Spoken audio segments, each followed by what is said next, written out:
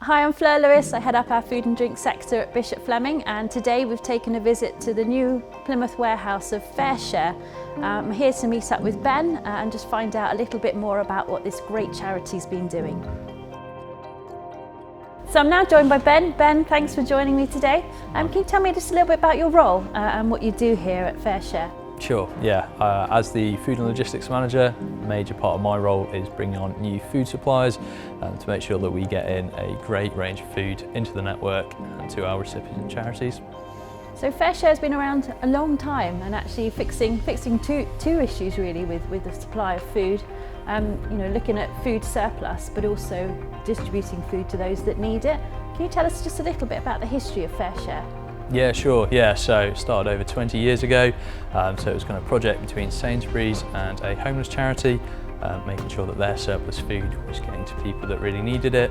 And it kind of really developed from there. It was such a good idea, and it kind of outgrew just kind of one charity, helping homeless people, and developed into a whole network that's now nationwide, helping thousands and thousands of charities with surplus food, and kind of outgrew just one supplier, and is now nationwide suppliers supporting us with food.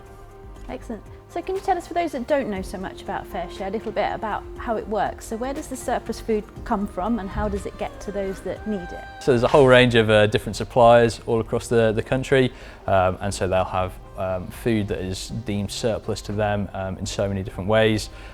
So it might be an error on the packaging, and they might have pallets of stuff that is now available to us. It might be something like a promotional campaign that's over, but obviously that product is still with that campaign, and they won't sell it in stores.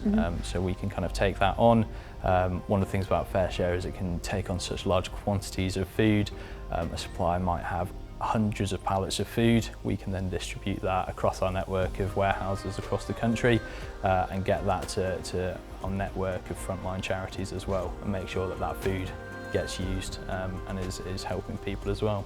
And just picking up on that kind of expansion of FareShare, particularly in the southwest, so how has that grown over the last couple of years?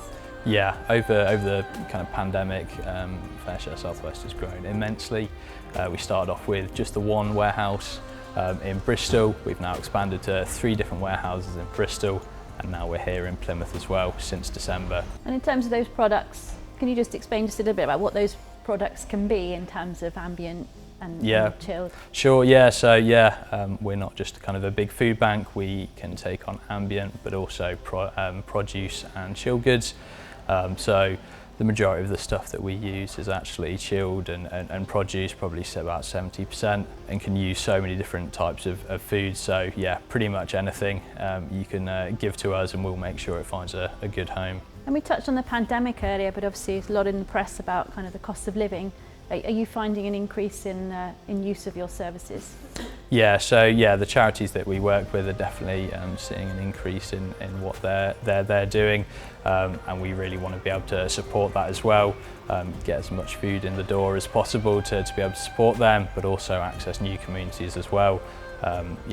Devon and Cornwall in Plymouth, it's a new region, but we really want to increase the amount of charities we support. And in Bristol as well, we're really doing a big membership push to reach more charities and reach more people that are really vulnerable at the moment.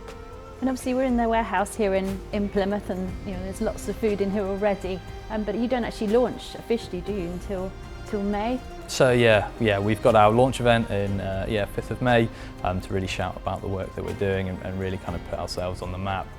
It's been a long process working out all the logistics, and finally being able to launch in December was really massive for us. So if manufacturers and food manufacturers or charities want to get in touch with you, how would they do that? Yeah, of course, yeah. So if charities want to speak to us, go onto our website, FareShareSouthwest.org.uk, and apply for membership there. They're one of our membership teams. We'll get in touch with them, go through the service and see if that fits for you. We have a 2-week free trial as well, just as part of our service, to make sure that it really fits for you, and we can kind of really iron out what exactly you're looking for, to make sure it really fits for you.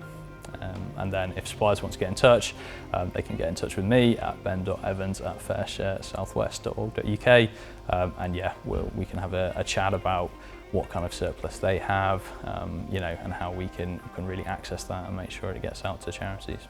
Excellent. Thank you very much. No problem, my pleasure.